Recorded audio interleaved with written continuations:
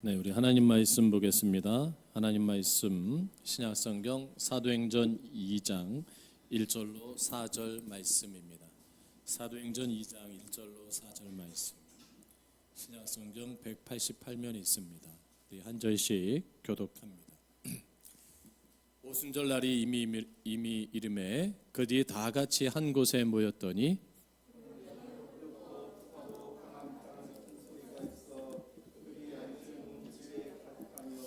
마치 불의 혀처럼 갈라지는 것들이 그들에게 보여 각 사람 위에 하나씩 임하여 있더니 그들이 다 성령의 충만함을 받고 성령이 말하게 하심을 따라 다른 언어들로 말하기를 시작하니라. 아멘. 할렐루야. 귀하고 행복한 주일입니다. 네, 자분들 인사하겠습니다. 사랑합니다. 축복합니다. 인사하겠습니다. 끝까지 기다리자. 끝까지 기다리자는 말씀으로 이 시간 함께 은혜를 나누고자 합니다. 우리가 신앙생활하다 보면 아마 오순절이라는 말을 우리가 듣게 됩니다. 대부분 오순절하면 성령 강림 사건, 또 어떤 바가의 다락방, 또 방언 등을 이렇게 생각을 하는데, 또 어떤 분은 오순절하면 순복음 교단을 말하는 분들도 있어요. 자, 오늘 우리가 오순절이라는 단어를 이렇게 많이 말하고도 있고 듣고도 있지만 정확하게 알 필요가 있지 않을까 생각이 됩니다. 성경에서 말하는 오순절은 헬라어로 펜테코스테라 또는 펜테코스토스인데 이 말은 50번째라는 뜻이에요. 50번째. 그래서 한자로 오수는 다섯 오와 열을 순자로 해서 5번의 열을 뜻하거든요. 이것은 이스라엘 백성이 BC 1500년경에 모세의 인도 아래 애굽의 노예 생활에서 해방된 것을 기념하는 절기가 우리가 잘 아는 대로 유월절입니다.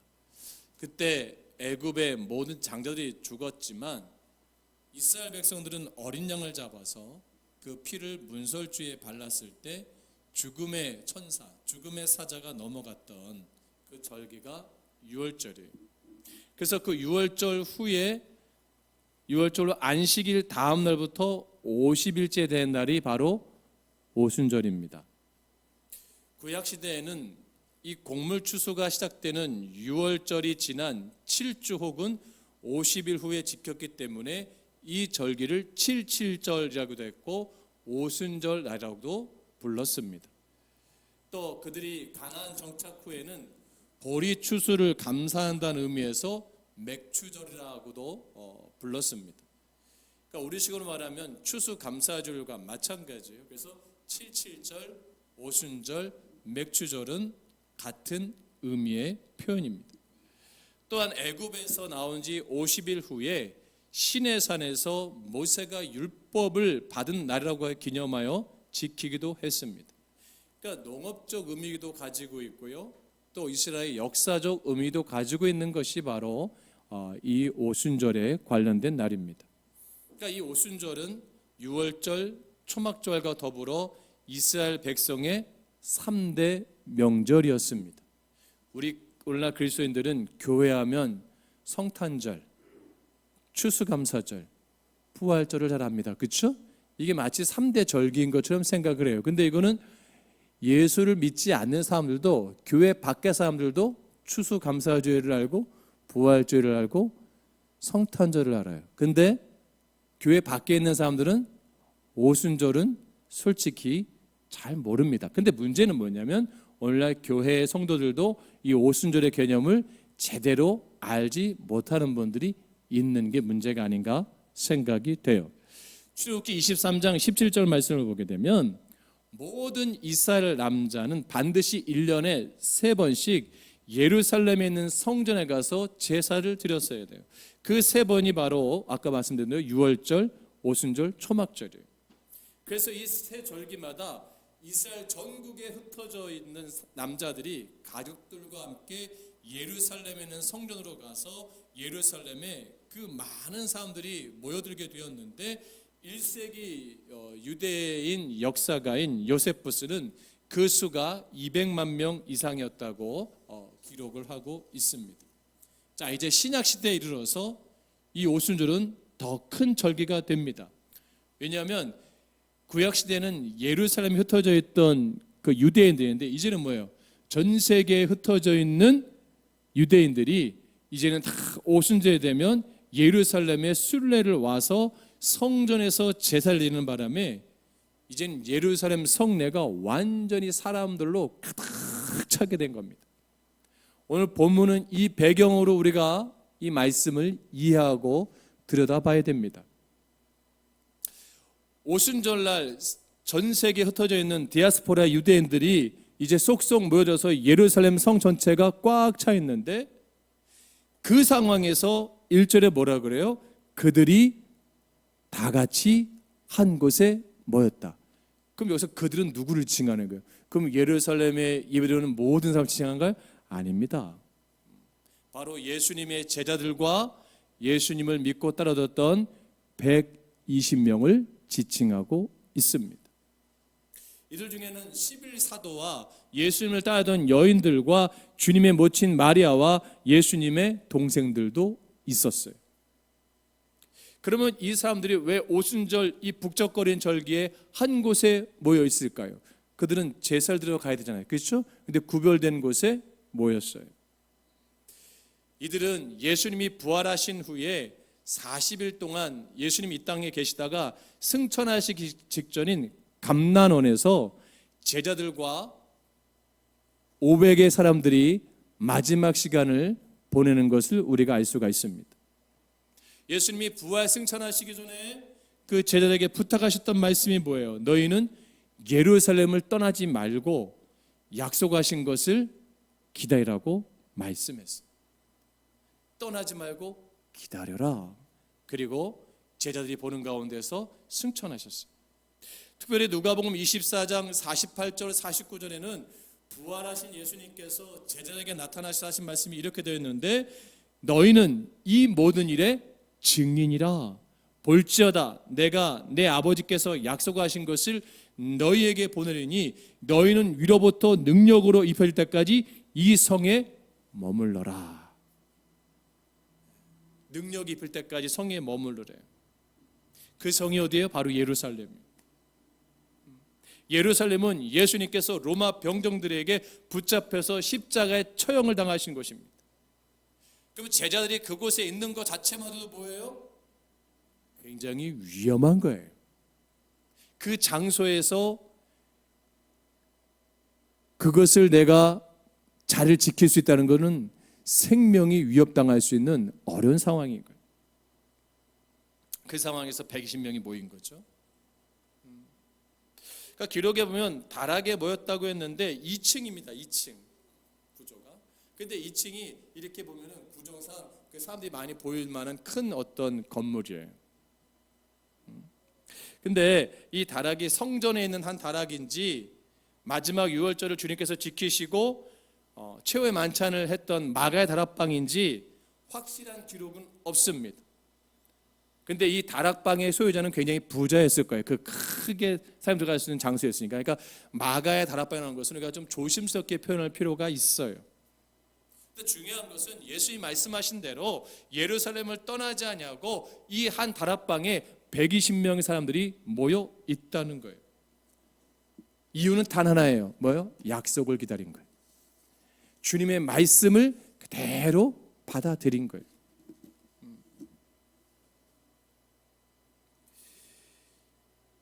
14절에 보니까 사도, 여자들, 예수님의 어머니 마리아, 예수님의 동생들이 모두가 여기에 있어요. 직분과 계층과 모든 것이 다 달랐지만 그들이 마음을 같이해서 그들이 뭐예요? 전혀 기도에 힘썼다. 그들이 한 마음이 된 거예요. 뭐예요? 목적이 순수했고 동기가 분명했어요. 우리가 여기서 놓지 말을 중요한 단어가 있는데 그들이 뭐예요? 다 같이 한 곳에 모였대요.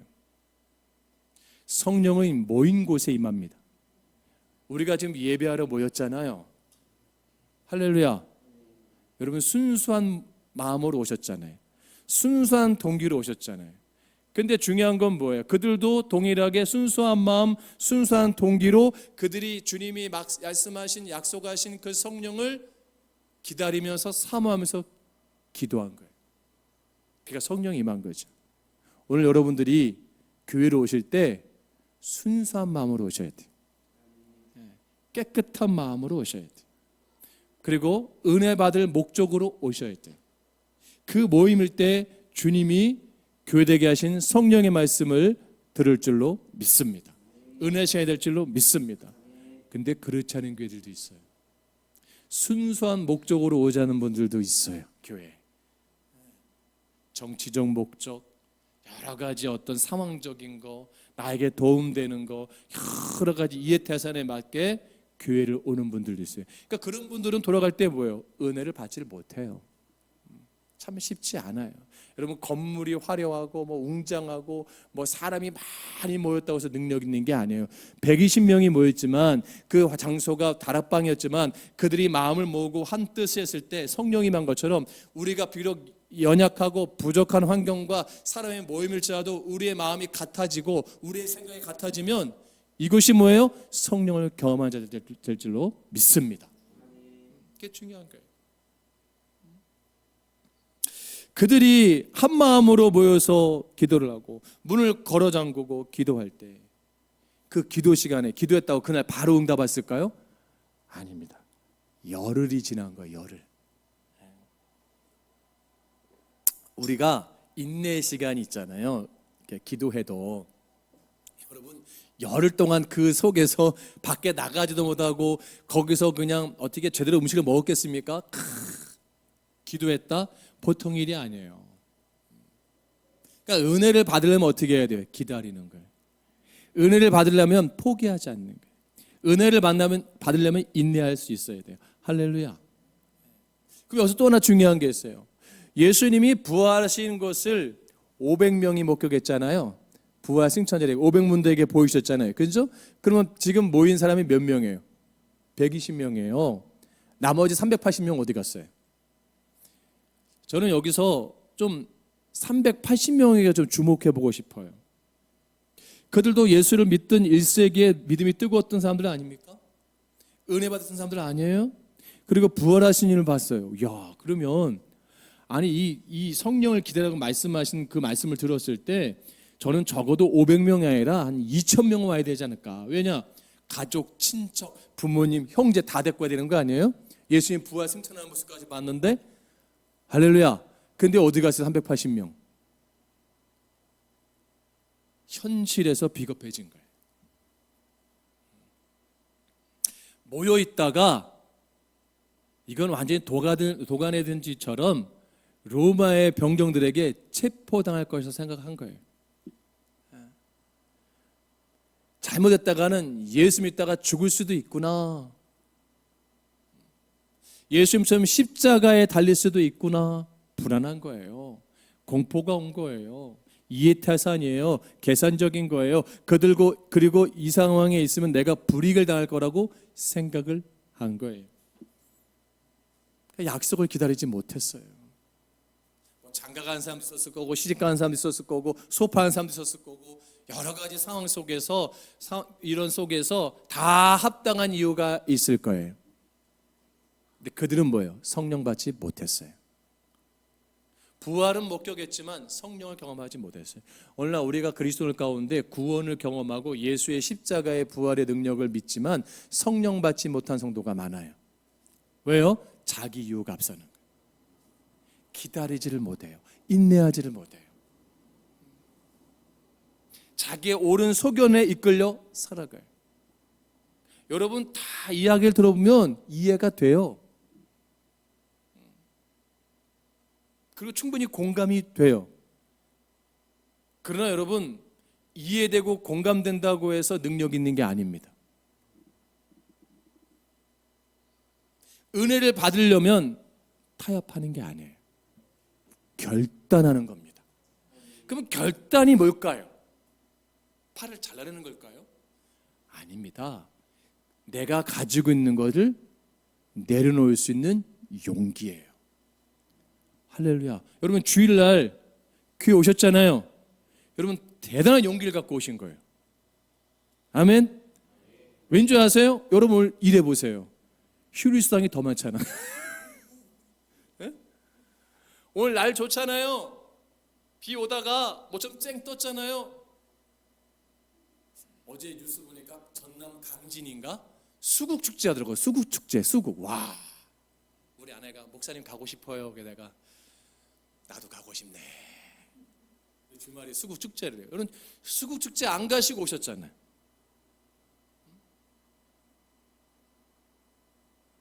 요즘에 50대 후반부터 60대까지 70대까지 우리나라의 그 여성분들의 키워드가 뭔지 아세요? 임영웅 나라예요. 임영웅 나라. 모든 교회 권사님들 핸드폰 바탕화면에 다 임영웅이요. 영웅과 함께 있으리라. 임영웅 양 팬클럽이 조성되어 있어요. 그 좋아하는 임영웅 여러분 포기하고 교회 오셨잖아요. 그러면 여러분 내가 포기하는 건 내려놓은 거예요. 내가 즐길 수 있고 내가 유의할 수 있고 내가 이득 볼 수 있는 것을 포기한다 쉬운 거 아니죠. 포기하는 자에게 내려놓는 자에게 주의 영이 임하십니다. 그게 사모하는 마음이요. 여러분 세상에 좋은 거 다 내려놓고 주님께 왔잖아요. 왜요? 주님의 제자가 되었으니까. 구원을 경험했으니까. 부활의 능력 있는 소망을 사니까. 주님 이 시간 예배 가운데 마가의 다방이었던 성령의 그은혜가 우리 가운데 임할 줄로 믿습니다. 새 힘을 얻는 거예요. 그리고 세상을 향해서 이제 한 주간 살아갈 때 복음의 증거자가 되는 거죠. 주님이 하신 그 약속의 자리 380명은 포함되지 않았어요. 예루살렘에 머물렀던 것이 얼마나 두려웠으면 그랬을까 이해돼요. 갈등적 요소입니다. 여러분 신앙은 늘 갈등의 연속일까요? 오늘 교회를 갈까 말까. 그리고 교회를 갈 수 있는 좋은 상황이 펼쳐지면 좋은데 우리의 삶에서 우리가 솔직해지자고요. 교회를 갈 수 있는 상황에서 더 힘들게 하는 갈등적 상황들이 더 많이 펼쳐지잖아요. 삶 속에서. 그래서 사단이 그렇게 하는 거예요. 성경 가방까지 다 챙겨가지고 현관문을 나가는 순간 부부의 마음이 틀어져가지고 한 번만 교회 오신 분도 있고 아니면 두 분 다 교회 안 오고 한 번 딴 교회 가버릴 수도 있고 그럴 수도 있어요. 내가 너무나 사랑한 내 개가 속삭일 수도 있어 그날은. 네. 안 그렇습니까? 예상하지 못하게 개가 막 아프거나 고양이가 아프거나 갈등 요소로 생길 수가 있어요. 갈등적 요소. 여러분 중요한 것은 우리가 은혜를 받으려면 내가 내려놓는 것도 중요하고 포기하는 것도 중요하고 또 하나 중요한 건 갈등적 요소들을 뭐예요? 잘 극복해가는 거예요. 그거를 갈등적 요소를 잘 이길 수 있어야 돼요. 지금 120명의 마가의 다방에 모인 사람들은 갈등적 요소들을 뭐예요? 다 그거를 극복해서 온 거예요. 그 극복해 온 거예요.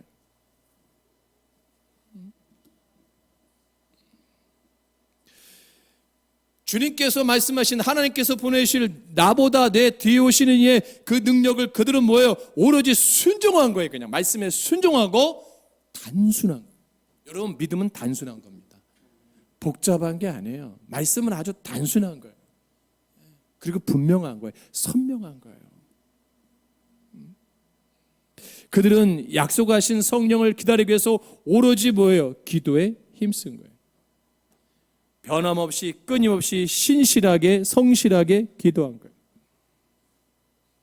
여러분 참 놀라운 게 있어요. 여러분 이 마가다방에 모인 120명의 사람들이 열흘 만에 성령을 받았잖아요. 그러면 하나님의 은혜를 받을 때 축복을 받을 때 우리가 내가 당장 받기를 원하는 분들 많아요. 그렇지 않습니까? 기도 응답이 당장 하나님 내 기도가 응답되게 해주세요.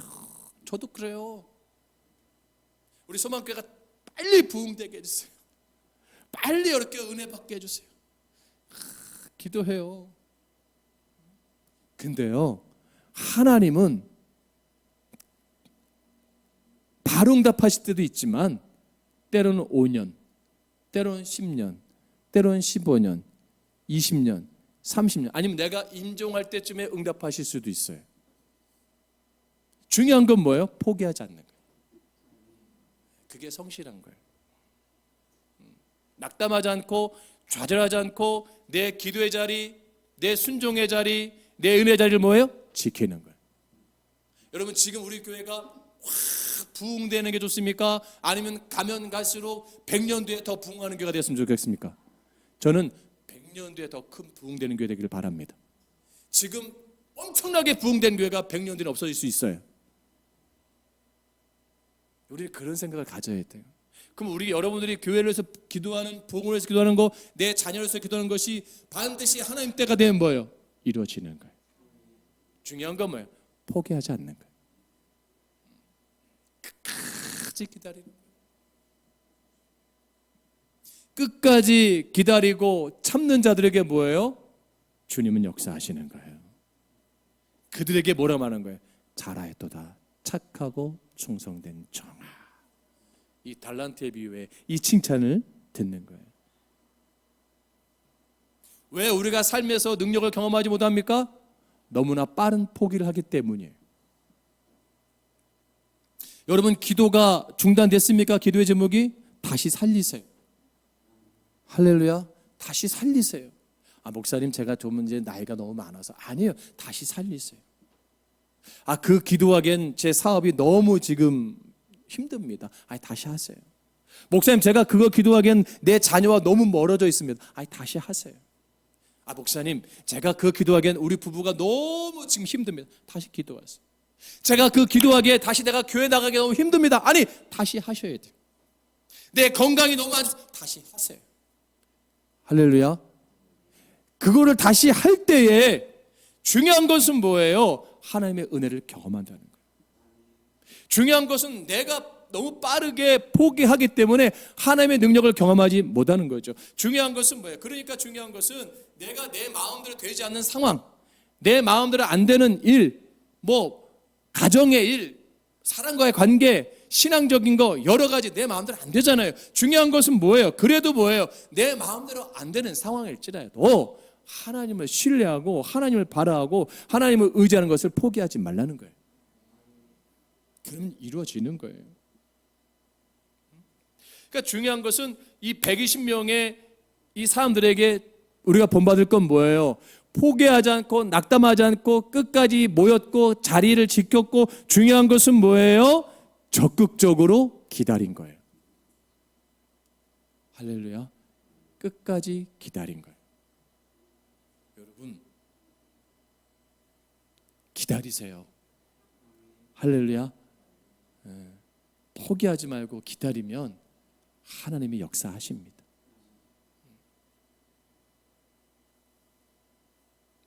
그 기다림과 그 신실함의 끝이 뭐예요? 성령을 받았잖아요.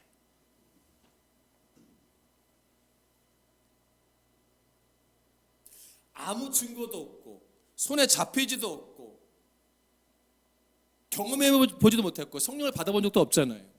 막연했고 주님 말씀했지만 본 적도 없고 실체도 없고 말씀 하나 붙잡고 기도하는 거 참 바보 같잖아요. 두렵잖아요. 이게 진짜 될까? 근데 그들은 뭐예요? 그 말씀 하나 붙잡은 거예요. 그리고 순종한 거예요. 내가 이렇게 예수 믿어도 될까? 됩니다.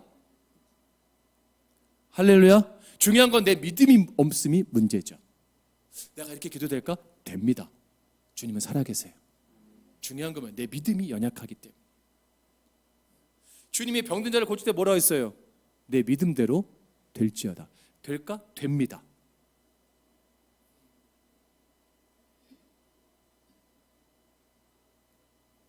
소녀가 죽었잖아요. 예수님 뭐라 해요? 잔다, 잔다. 한 번도 들어보지 못한 사람이에요. 죽은 사람에게 잔다라고 표현한 예수님의 표현이. 경험해보지 못한 거예요. 베드로와 야고보 요한을 데리고 들어가잖아요. 그죠? 그 부모를 데리고 들어가서. 그리고 예수님 뭐라 해요? 달리다 굼 소녀아 일어나라. 한 번도 경험해보지 못한 거예요. 본 적도 없고 들은 적도 없고. 그러나 순종하면 기적을 경험하는 거죠. 이 120명은 다른 거 아니에요. 내 생각, 내 판단을 내려놓고 조급한 마음을 내려놓고 약속의 성령을 기다린 거죠. 이제 그들에게 표징이 나타납니다. 뭐예요? 성령이 임하니까 충만함을 받고 성령의 말하게 하심을 따라, 이게 중요한 거예요. 뭐라고요? 성령이 말하게 하심을 따라 다른 언어들을 말하기 시작했어요. 이게 놀라운 겁니다.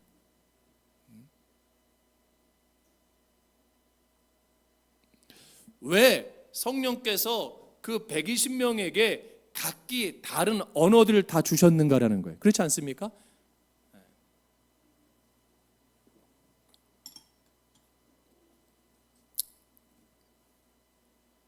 중요한 것은요, 그 유월절을 지키러 온 예루살렘 성전에 세계에서 흩어져 있는 유대인들이 모였잖아요. 근데 그들은 1세대 유대인들이 아니란 말이에요. 2세대, 3세대의 사람들이에요. 그러니까 자국 모국어인 히브리어를 잘 몰라요. 여러분 재미교포 2세, 3세들이 한국어 다 못하잖아요. 그렇죠? 마찬가지예요. 그러니까 자기들끼리 와도 예배를 드리고 싶은데, 말씀 듣고 싶은데 잘 어떻게 표현 방법이 서툴러요. 그리고 낯선 곳에 갔는데 자국어를 쓸 수 없고 그 나라 말을 모르고 그 나라 글을 모르면 여행할 때 여러분 얼마나 답답해요. 그렇죠? 그럼 여행할 때 조금 10년 전만 해도 영어 잘하는 사람이 인기 짱이었잖아요. 막 우와 막 우러러보고, 그죠? 지금은 통역기가 있어서 그나마 다행이지만, 영어가 안 되는 나라 가면 여러분 어떻게 해요? 힘들잖아요. 여러분 유럽에 가잖아요. 영어 잘 안 써요. 유럽인도 영어를 알아도 영어를 모른다 그래요. 그러니까 이 자국어에 대한 프라이드가 굉장히 강합니다. 프랑스라든가 독일이라든가 스페인 같은 데 가보세요. 독일은 독어 써줘야 되고요. 프랑스는 불어 써야 되고요. 스페니스는 스페니스 써줘야 돼요. 영어 알면서도 모른 척해요. 얼마나 교만한지 몰라요. 얼마나 답답해요. 영어 잘한다고 갔는데 힘든 거예요. 근데 갔는데 자기 나라 말을 하는 사람이 있어. 반가워요, 안 반가워요? 억수로 반갑죠. 와, 야, 당신이 어떻게 내 나라 말을 하냐? 유대인이? 와, 대단한 거예요. 근데 그들은 뭐예요? 촌뜨기들인 거야. 많은 교육을 받지 않은 사람이에요. 촌스러운데 자기 나라 말을 막 써. 궁금해, 안 궁금해요? 궁금하잖아요. 성령이 말하게 하신 게 뭘까요? 예수님이 말하셨던 것과 똑같은 말을 하는 거예요. 주 예수를 믿으라. 그러면 너와 내 집이 구원을 얻으리라. 할렐루야. 복음을 증거한 거예요. 그들이 복음을 듣습니다. 진정 예루살렘 성전에서 누구를 만나요? 예수를 만나는 거예요. 복음을 들은 그들이 회복이 되는 거예요. 치유가 되는 거예요. 주님을 영접한 사건들이 벌어지게 되는 거예요. 땅 끝까지로 내 증이 되라. 온 유대와 사마리아와 땅 끝까지로 내 증인이 되라. 예수님이 얼마나 인격적인지 아시겠죠? 증인이 되려면 언어가 돼야 되잖아. 증인이 되려면 성령 충만해야 담대해야 하잖아요. 여러분 언어가 돼도 외국인 만나면 말 못하는 분 많아요. 그렇죠? 근데 영어는 짧은데 용감한 분들이 있어. 막 콩골이 있어갖고 근데 그분 때문에 다 해결되는 경우 있어. 막 와, 담대해지는 거예요. 우리 진호 목사님 영어 잘하거든요. 중국어도 잘해요, 저분이. 이분이 꼭 해외 갈 때 이분이 필요해. 우리 교회. 얼마나 용감한지 몰라요. 영어를 얼마나 잘하는지 모르는데 꼭 현지를 데리고 딴 데로 가. 이렇게 끌고 갔다 오면 해결돼. 뭐라고 협박했는지 모르지만. 담대해요. 충만하니까 담대하게 용감하게 처음 본 사람도 그 말을 뭐예요? 복음을 증거한 사람이 되는 거죠.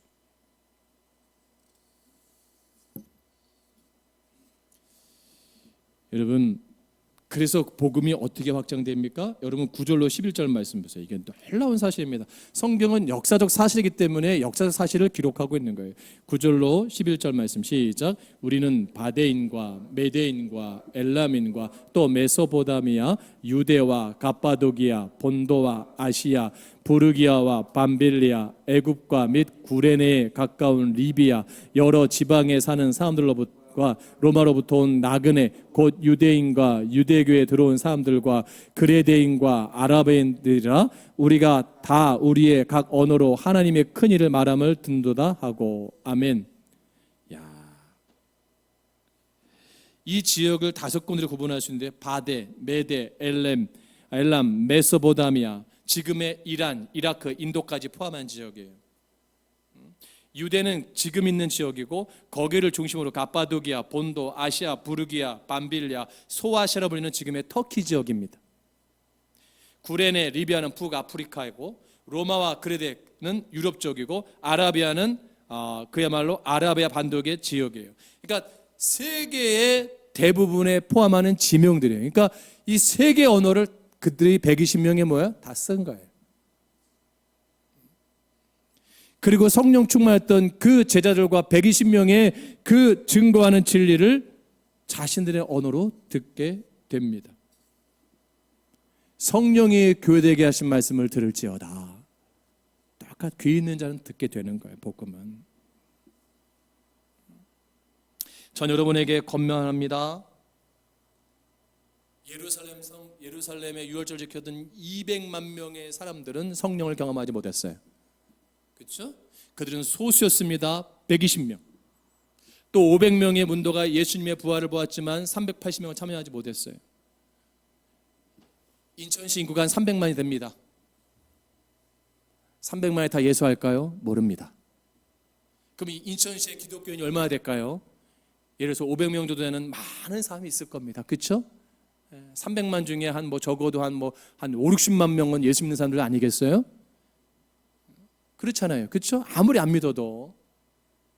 그럼 5, 60만, 한 100만 명까지 합시다. 100만 명. 100만 명 가운데 오늘 예배 가운데 예수를 만난 사람이 몇 명이 있을까요? 이게 중요한 질문입니다. 우리는 380명이 되면 안 됩니다. 우리는 120명에 포함돼야 됩니다. 그리고 능력 받길 바랍니다.